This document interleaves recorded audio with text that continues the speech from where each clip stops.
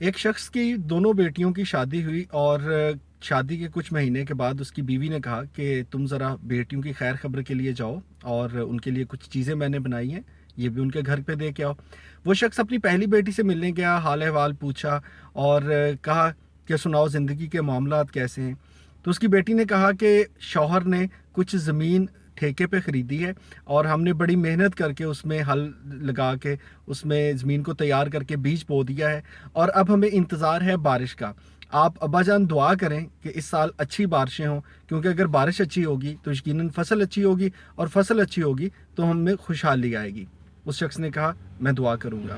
اس کے بعد وہ دوسری بیٹی کے ہاں پہنچا اور اس سے حال احوال پوچھا۔ بیٹی نے کہا جی بالکل خیریت سے ہیں، لیکن ابا جان آپ کو پتہ ہے کہ میرے جو شوہر ہیں وہ کچی اینٹ بنا کے اس کو پکانے کا بھٹے پہ کام کرتے ہیں، تو ہم نے اس سال بڑی محنت کر کے بہت سی کچی اینٹیں بنائی ہیں جو کہ سوکھنے کے لیے ہم نے رکھ دی ہیں، اور اگلے 10-15 دن تک آپ دعا کر دیں کہ بارش نہ ہو۔ اگر بارش ہوئی تو یہ اینٹیں ساری خراب ہو جائیں گی اور ہمیں پیسے نہیں مل سکیں گے، اور اگر بارش نہیں ہوتی، تیز دھوپ ہوتی ہے، تو اس کی وجہ سے یہ اینٹیں پک جائیں گی اور یقیناً ہمارے ہاں خوشحالی آ جائے گی۔ اس شخص نے کہا ہاں میں دعا کروں گا۔ جب وہ گھر واپس آیا تو اس کی بیوی نے پوچھا کہ سنائے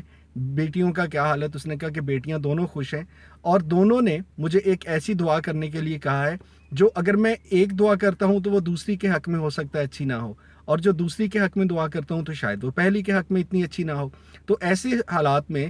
میں پریشان ہوں کہ کیا کرنا چاہیے۔ تو اس کی بیوی نے کہا کہ اس میں پریشان ہونے والی کوئی بات نہیں ہے، وہ جو خدا اوپر بیٹھا ہے وہ بہتر فیصلہ کرے گا، اور ہو سکتا ہے کہ ایک کے ہاں بارش ہو جائے اور دوسرے کے ہاں بارش نہ ہو۔ یہ کہانی بہت خوبصورت ہے، لیکن اس کہانی سے اگر ہم اپنی عام زندگی میں دیکھیں تو کئی بار ہم کچھ اور سوچ رہے ہوتے ہیں اور ہم کچھ اور دعا کر رہے ہوتے ہیں، اور جب ہم وہ دعا کرتے ہیں دوسرا بندہ اگر اس دعا کو سمجھتا ہے کہ نہیں یہ اس کے لیے اچھی نہیں ہے تو ہم غصے میں آ جاتے ہیں۔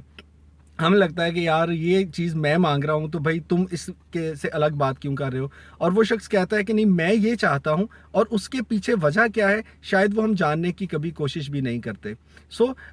جس کو کہتے ہیں نا کہ ہر ایک کو اس کی بات سننے کا موقع ضرور دیں، اور جو وہ سمجھ رہا ہے جو وہ سوچ رہا ہے اس کی وجہ کیا ہے وہ ایکسپلین کرنے کا موقع ضرور دینا چاہیے۔ ہو سکتا ہے آپ نے جو بات کہی ہو وہ کسی ایک خاص کانٹیکسٹ میں ہو، کسی ایک خاص وجہ سے ہو، اور وہ آپ اس کو سمجھتے ہیں کہ وہ اچھی بات ہے، اور دوسرے کو جب آپ ایکسپلین کر دیں تو اسے بھی لگے کہ ہاں یار یہ بات جو کر رہا ہے، جو یہ ڈیمانڈ کر رہا ہے، جو یہ سوچ رہا ہے وہ اس کی حد تک تو ٹھیک ہے، اور اس نے جو مانگا ہے وہ غلط نہیں مانگا۔ سو دوسروں کی بات سننے کا حوصلہ پیدا کرنا یہ تو ایک الگ بات ہے، لیکن اس بات کی وجہ جاننا یہ بھی زندگی میں بہت ضروری ہوتا ہے۔